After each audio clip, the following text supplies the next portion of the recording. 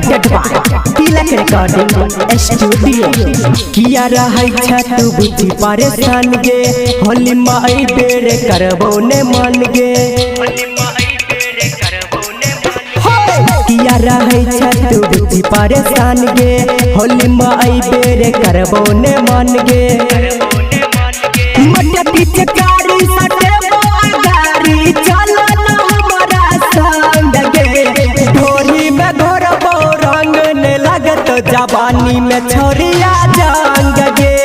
ढोरी में घोरबो रंग ने लगत सामान में छोरिया जंग गे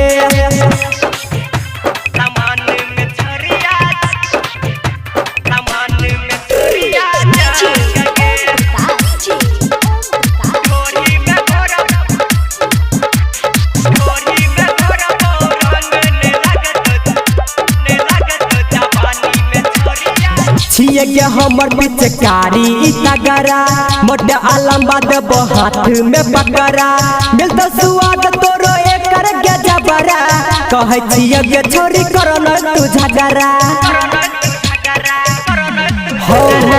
छिए के हमर पिचकारी तगरा मोटा आलमबाद हाथ में पकड़ा मिलता स्वाद तोरो एकर के जबरा कहे छिए के छोरी करना तू झगड़ा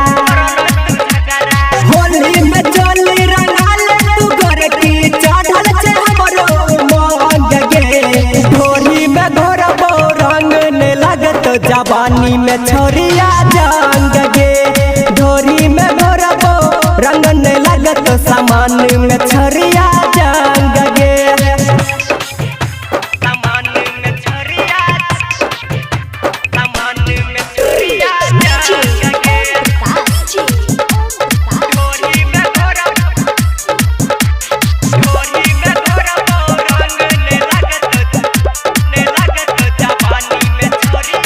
जतन होली तोहर छोरी उदास अबेर का देबो तोहर बिल पास कहे छियो छोरी रखब सबस प्यारे लाल पूरा देत आस होय जतन होली तोहर छोरी उदास अबेर का देबो तोहर बिल पास कहे छियो छोरी रखब सबस प्यारे लाल पूरा देत आस